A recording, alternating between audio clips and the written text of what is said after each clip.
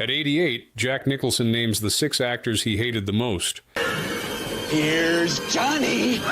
Hollywood's most iconic eyebrow raiser has never been one to hold his tongue. Jack Nicholson, the man who redefined what it meant to be a movie star, has lived a life of unfiltered authenticity, both on screen and off. Now, at 88, Hollywood's ultimate bad boy is finally spilling the tea on the co-stars and contemporaries who got under his skin throughout his legendary career. In an industry built on fake smiles and empty compliments, Nicholson has always been the rare exception, a man who tells it like it is, consequences be damned. These aren't just minor disagreements or professional rivalries. These are the actors who triggered something visceral in Nicholson, creating tensions that sometimes simmered for decades. I tell you, to dump a body in the marsh, you dump them in the marsh. What you're about to discover aren't just behind-the-scenes squabbles, but fundamental clashes of acting philosophy, personality, and power that shape some of cinema's most memorable performances.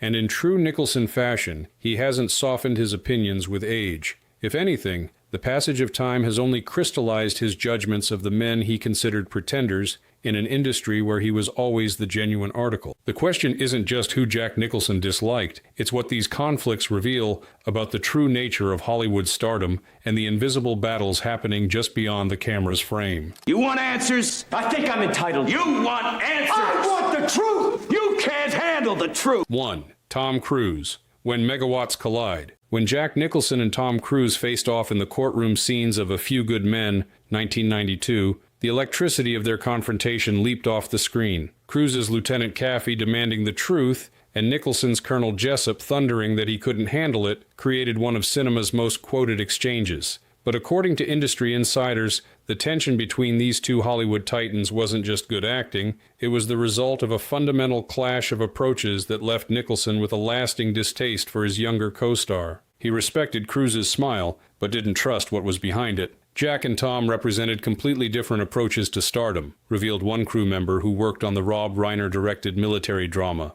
Jack came up through the counterculture, the rebellious new Hollywood of the 70s. He built his career on complexity, moral ambiguity, and raw authenticity. Tom represented something entirely different, the hyper-controlled, image-conscious star system of the 80s and 90s. This philosophical divide manifested in their working methods. Nicholson was famous for his improvisational approach, often veering from the script to find unexpected moments of truth. Cruise, by contrast, was methodical and precise, known for his exhaustive preparation and reluctance to deviate from the carefully crafted screenplay. Jack would come to set ready to play and discover, explained the film's assistant director. He might try something completely different on the 5th take just to see what would happen. Tom would arrive having rehearsed every line, every gesture, every facial expression to perfection. He knew exactly what he was going to do before the camera rolled, and he rarely deviated from that plan. This fundamental difference created friction that grew as filming progressed.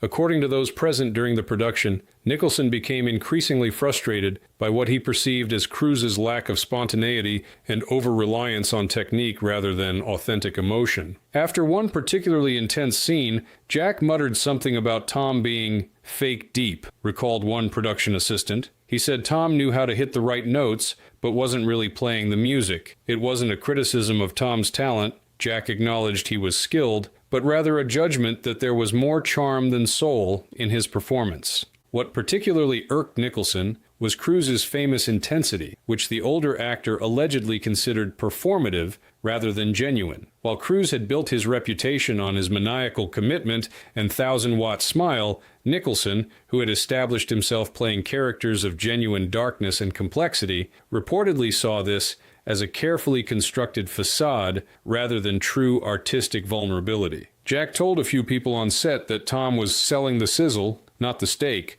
revealed one source close to the production. He thought Tom was brilliant at creating the appearance of depth and intensity without actually opening himself up to the real messiness of human emotion. For Jack, that was the cardinal sin for an actor, seeming rather than being. Despite these tensions, both men maintained professional respect on set, with their personal friction perhaps enhancing the adversarial dynamic between their characters. The film's success, and particularly the praise heaped on their scenes together, suggested that whatever their personal differences, their contrasting energies created compelling cinema. In the years following A Few Good Men, Nicholson rarely spoke publicly about Cruise, but industry insiders noted that he never sought to work with him again, a telling choice from an actor who frequently collaborated with directors and co-stars he admired. When asked about Cruise in interviews, Nicholson typically offered diplomatic praise of his professional abilities while noticeably avoiding any mention of personal warmth or connection. Jack measures actors by what they're willing to reveal of themselves,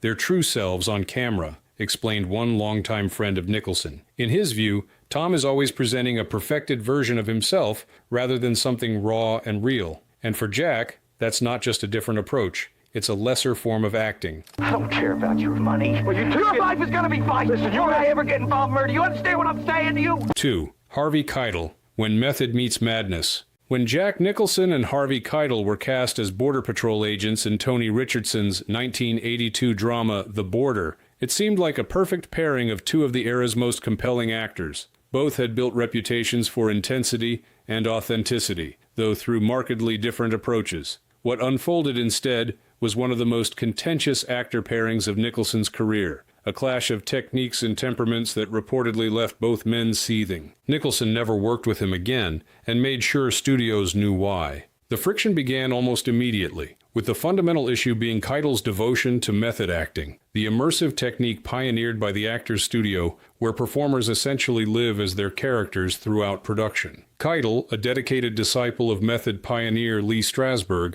arrived on set already inhabiting his character, rarely breaking from that persona even when cameras weren't rolling. Harvey showed up as his character and stayed that way for months, recalled one crew member. He would maintain his Border Patrol persona during lunch, between takes, even during production meetings. He wanted to be addressed as his character Bob, and would sometimes ignore people who called him Harvey. Nicholson, while serious about his craft, took a dramatically different approach. Though capable of remarkable transformation, he maintained a clear separation between himself and his characters. He would step into and out of character as needed, often joking with crew between takes, before seamlessly returning to the emotional demands of a scene when the cameras rolled. Jack found Harvey's approach not just unnecessary but actively counterproductive, said a production assistant who witnessed their conflicts. He thought staying in character 24/7 created an artificial intensity that actually interfered with genuine human interaction on screen. Jack believed in bringing your life experience to a role, not submerging your identity in it. This philosophical disagreement erupted into practical problems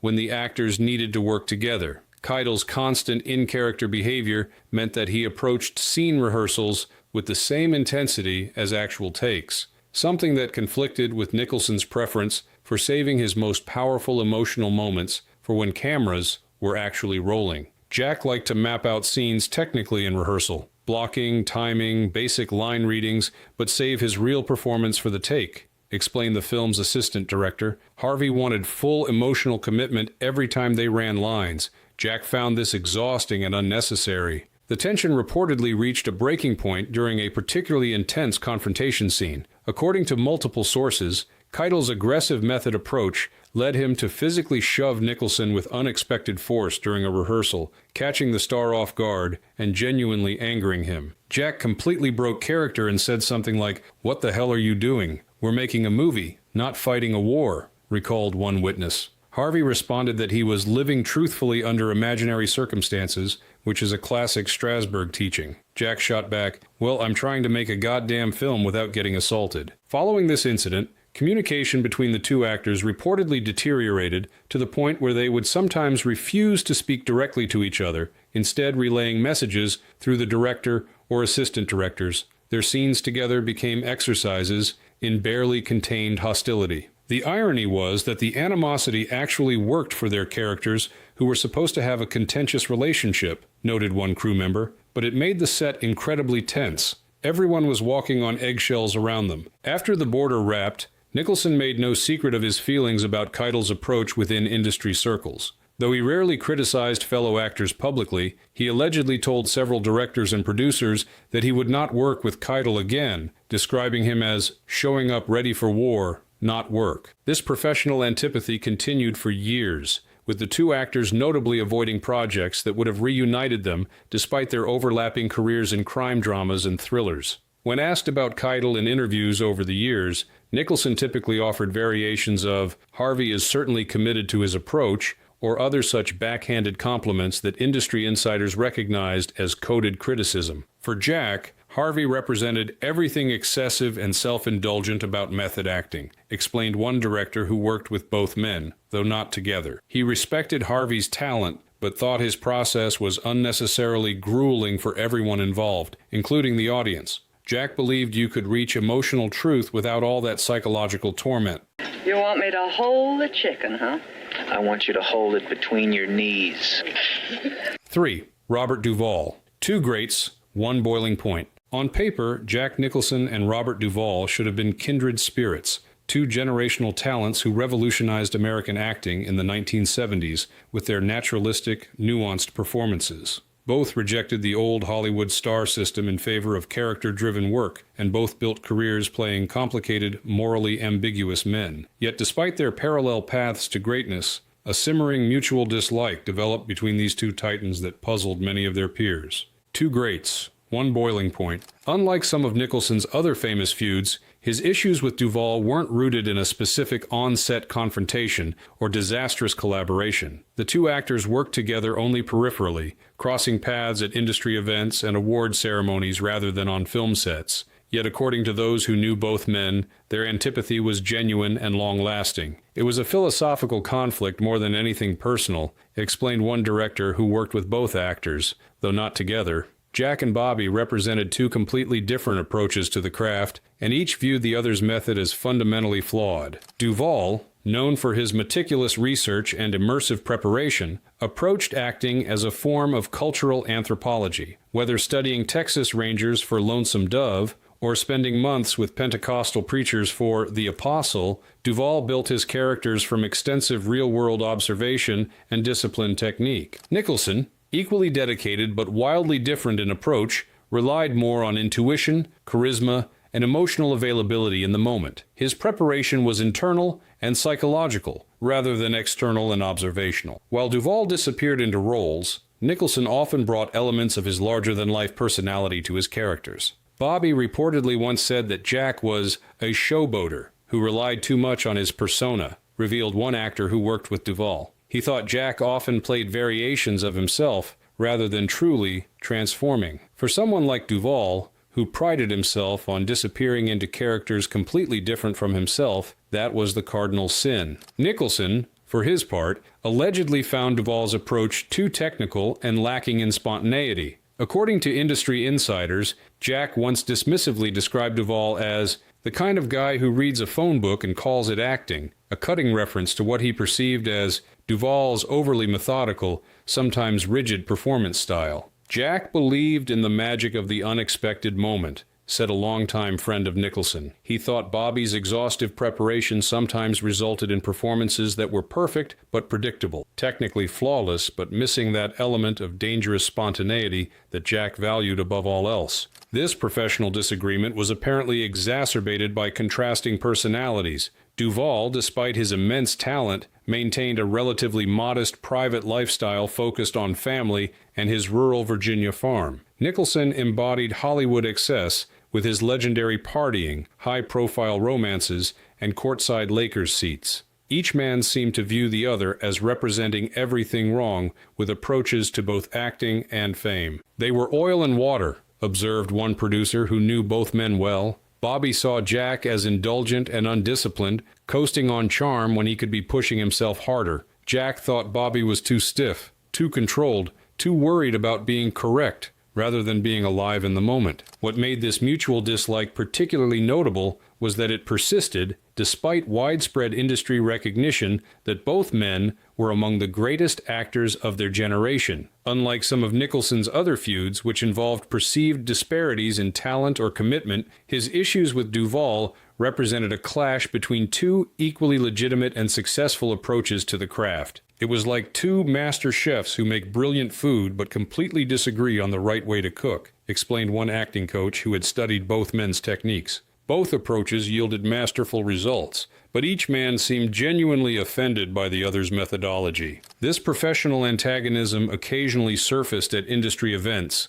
where the two men noticeably avoided each other despite moving in the same circles. At one Academy Awards ceremony in the 1990s, observers noted that they maintained positions at opposite sides of the room during the after-party, with mutual friends reportedly having to visit each separately rather than attempting to bridge the divide. What made it strange was that they shared so many friends and admirers, noted one director who had worked with both. Francis Ford Coppola thought the world of both of them. Martin Scorsese, too. Their mutual colleagues were always puzzled by why these two couldn't appreciate each other's genius the way everyone else did. As both men aged into elder statesmen of American cinema, their feud never publicly escalated, but never resolved either. It remained a curious footnote in Hollywood history. Two masters who changed acting forever, but could never quite acknowledge each other's equally valid path to greatness. He's scared. Shaking all over. It's almost like I don't have a prayer. 4. Marlon Brando. Genius and self-destructing. Jack Nicholson's relationship with Marlon Brando represents perhaps his most complex and contradictory professional connection. Unlike his straightforward dislike of some contemporaries, Nicholson's feelings about Brando existed in a state of perpetual tension, profound admiration for the actor, alongside growing contempt for the man. This ambivalence created one of Hollywood's most fascinating love-hate relationships, complicated further when the two became neighbors in the Hollywood Hills. He worshipped the actor and despised the man. For Nicholson, like virtually every actor of his generation, Brando represented a revolutionary force in American acting. Brando's naturalistic performances in films like A Streetcar Named Desire, On the Waterfront, and The Godfather completely transformed screen acting, creating a before and after division in the craft. Nicholson frequently cited Brando as a primary influence and fundamental inspiration. Jack would talk about seeing Brando for the first time like a religious experience,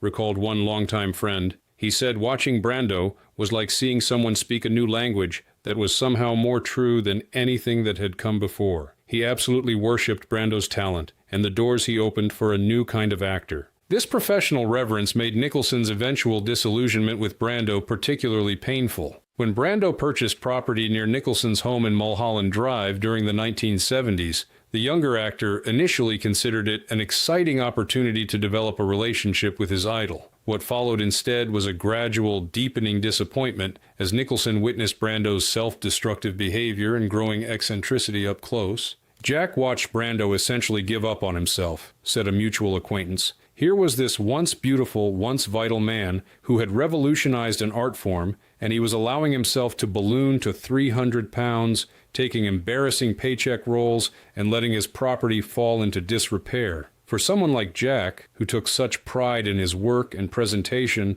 it was both heartbreaking and infuriating. The state of Brando's estate became a particular point of contention. While Nicholson maintained his property meticulously, Brando allowed his home and grounds to deteriorate dramatically. The overgrown vegetation, accumulated junk, and general decay not only affected the neighborhood aesthetics, but potentially impacted property values in the exclusive enclave. Jack once told me, "Marlon's letting his life rot just like he's letting his house rot," revealed one visitor to Nicholson's home. He said it was physically painful to watch someone of Brando's stature willfully destroy himself and everything around him. There was real anger there, but it came from a place of profound disappointment. This tension came to a head when Brando's son Christian was arrested for killing his sister's boyfriend at Marlon's residence in 1990. The tragedy and subsequent media circus further strained relations between the neighbors, with Nicholson reportedly furious about both the incident itself and how Brando handled the aftermath. Jack told several friends that Brando was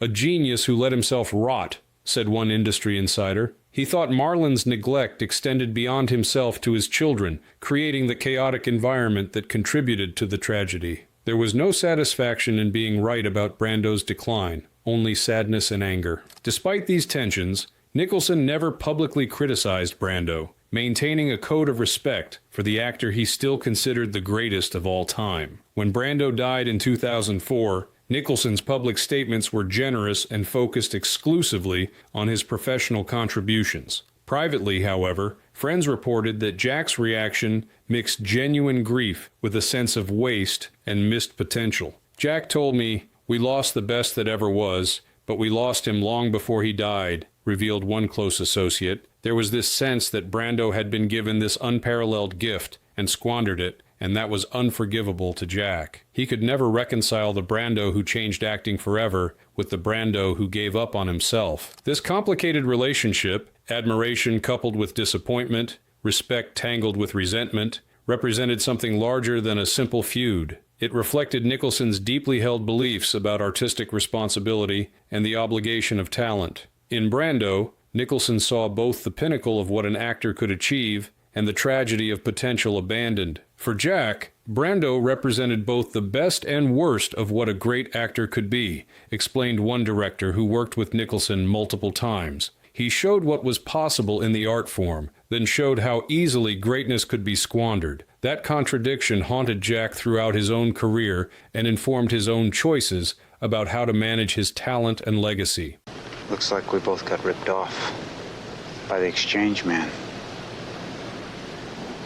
A lot of crooks around these days. 5. Ryan O'Neal, School versus Studio Darling. In the constellation of actors Jack Nicholson truly couldn't stand, Ryan O'Neal occupies a special place. Unlike some of Nicholson's other professional antipathies, which were rooted in specific conflicts or philosophical disagreements about acting, his dislike of O'Neal seemed more fundamental, a visceral reaction to what he perceived as manufactured stardom without substance or authenticity. Nicholson once said, "Some actors wear the role, others wear sunscreen." O'Neal rose to fame as the star of the phenomenally successful Love Story, 1970, a film that established him as a romantic leading man and major box office draw. With his clean-cut good looks and wholesome screen presence, O'Neal represented a more traditional model of movie stardom, one that stood in stark contrast to the more modern, edgy, and experimental approach to filmmaking, contrast to the emerging counterculture sensibility that Nicholson embodied. Jack saw Ryan as everything wrong with old Hollywood, explained one producer,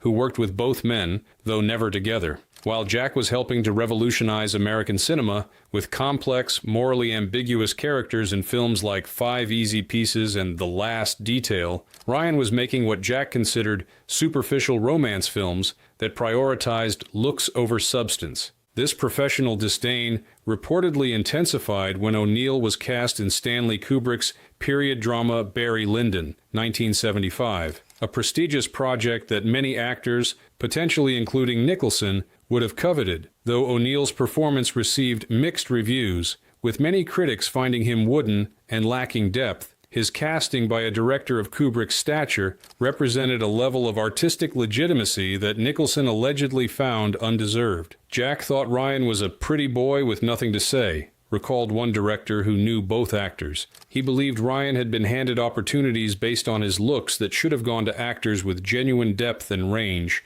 There was a real sense that Jack considered Ryan a false idol, someone who embodied the shallow values that the new Hollywood movement was trying to overthrow. What made this antipathy particularly notable was that it existed almost entirely on Nicholson's side. By most accounts, O'Neal had no specific issues with Nicholson and even expressed admiration for his work in various interviews. This one-sided nature suggested that for Nicholson, O'Neal represented something larger than just an individual. He symbolized an approach to stardom and acting that Nicholson found fundamentally fraudulent. Jack built his career on edge and darkness, O'Neal on charm and tennis whites, as one colleague succinctly put it, referring to both O'Neal's clean-cut image and his well-known passion for tennis. This contrast extended beyond their screen personas to their off-screen lives, with O'Neal's tumultuous personal life, including his volatile relationship with Farrah Fawcett and troubled relationships with his children, standing in contrast to his wholesome image.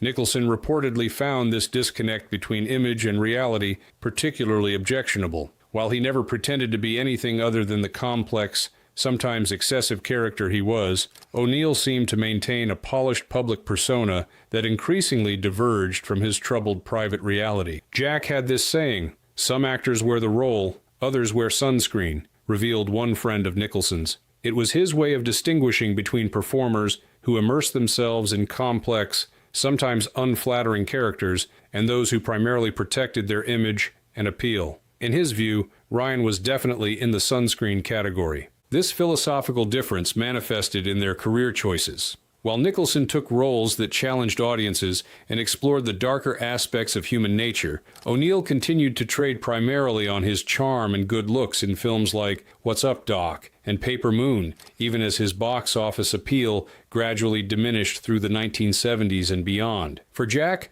Ryan represented a dying breed, the studio-created star whose appeal was manufactured rather than earned through artistic risk-taking, explained one Hollywood veteran. The fact that Ryan had initial success but couldn't sustain it over decades the way Jack did only reinforced Jack's belief that substance ultimately matters more than style. This professional contempt never erupted into public conflict, largely because the two men operated in different spheres of Hollywood despite being contemporaries. They were rarely up for the same roles, worked with different directors, and generally moved in separate social circles. Their paths simply didn't cross frequently enough for their differences to create direct confrontation. However, Nicholson occasionally made his feelings known through subtle public digs. When asked about actors he admired from his generation, he would list numerous peers: Gene Hackman, Robert Duvall, despite their differences, Al Pacino, conspicuously omitting O'Neill even when the questioner mentioned him specifically. There was this press conference where someone asked Jack about Ryan's performance in some film, recalled one journalist. Jack just smiled that famous smile and said,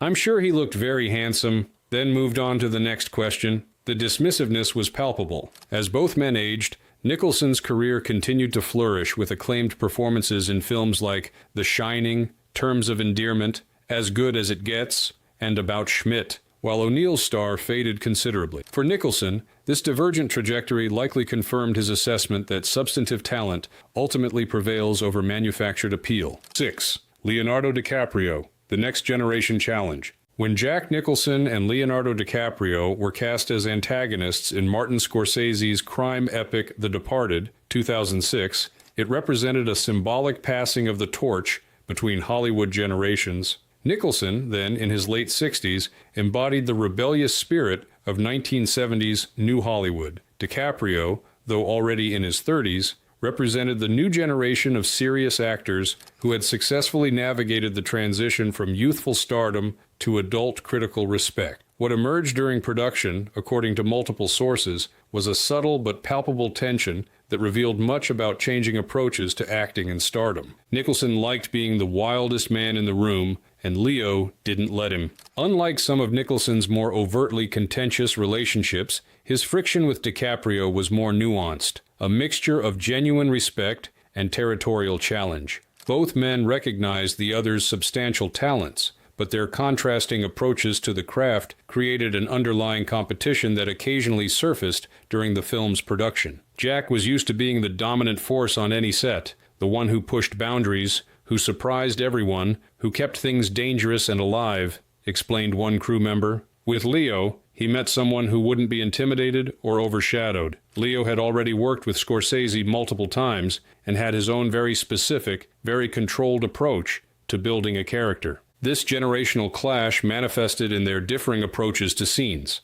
Nicholson, famous for his improvisational style and willingness to go beyond the script, reportedly grew frustrated with DiCaprio's more methodical, precisely calibrated performance style. While Jack thrived on chaos and spontaneity, Leo preferred extensive preparation and consistent execution. There was this scene where Jack deliberately surprised Leo by pulling a gun that wasn't in the script, revealed one set insider. He was trying to get a genuine reaction, to shake things up. Leo didn't break character or flinch. He just incorporated it into the scene seamlessly and kept going. Jack seemed both impressed and slightly annoyed that he couldn't rattle the younger actor. What particularly irked Nicholson, according to those present during filming, was DiCaprio's intense focus and brooding actor energy between takes. While Nicholson had always balanced the intensity of his performances with a playful, sometimes mischievous off-camera presence, DiCaprio maintained a more consistent concentration throughout production. Jack would be joking with the crew 1 minute, then seamlessly transition into a powerful emotional moment when the cameras rolled, noted one assistant director. Leo stayed more in the zone throughout the day. He wasn't method in the extreme sense, but he kept a level of focused intensity that Jack found unnecessarily serious. I overheard Jack saying something like, "Somebody tell the kid it's okay to smile between takes." This tension was reportedly exacerbated by the power dynamics on set. As Scorsese's new favorite collaborator, they had already made Gangs of New York and The Aviator together, DiCaprio enjoyed a level of input and influence that Nicholson, despite his legendary status, didn't share. This reversal of the usual hierarchy, where Nicholson would typically be the dominant creative force, created subtle friction throughout production. Jack was used to directors deferring to him, especially on character choices, said one production insider. But Marty and Leo had already developed their own shorthand and collaborative rhythm. There were times when Jack would suggest something, and you could see him register that he wasn't the most important voice in the room anymore. That was new territory for him. Despite these tensions, both actors maintained professional respect throughout production. Nicholson publicly praised DiCaprio's commitment and talent in interviews promoting the film, while DiCaprio expressed appropriate reverence for Nicholson's legendary status. Their scenes together crackle with a genuine tension that served the adversarial relationship between their characters. What makes this relationship particularly interesting is that it represents not just a personal friction, but a changing of the guard in Hollywood. Nicholson, who had defined a certain kind of rebellious movie star masculinity for decades, was facing a new generation of actors who had absorbed his innovations while developing their own, often more disciplined approaches to the craft. Jack liked being the wildest man in the room, and Leo didn't let him, summarized one observer, not by competing in the wildness, but by simply not playing that game at all. It was like Jack brought a knife to a gunfight, only to discover Leo was fighting with drones and lasers. The battlefield had changed. In the years following The Departed, both actors spoke respectfully of each other in interviews, but industry insiders noted that they never worked together again, despite opportunities that could have reunited them. This suggested that while their tension never erupted into outright animosity, neither was particularly eager to repeat the experience. They're both generational talents, but they represent fundamentally different approaches to the craft, explained one director who has worked with both actors, though not together. Jack is lightning in a bottle, unpredictable, elemental, larger than life. Leo is precision engineering, methodical, technically flawless, completely in control. Both approaches yield brilliant results, but they create very different energies on set. This clash of styles and generations revealed something important about Nicholson's place in the Hollywood ecosystem as he entered the later stages of his career. The rebellious innovation he had brought to American cinema had been so thoroughly absorbed that a new generation could build upon it while moving in different directions, a testament to his influence, but also, perhaps, a challenge to his continued relevance. Never rub another man's rhubarb.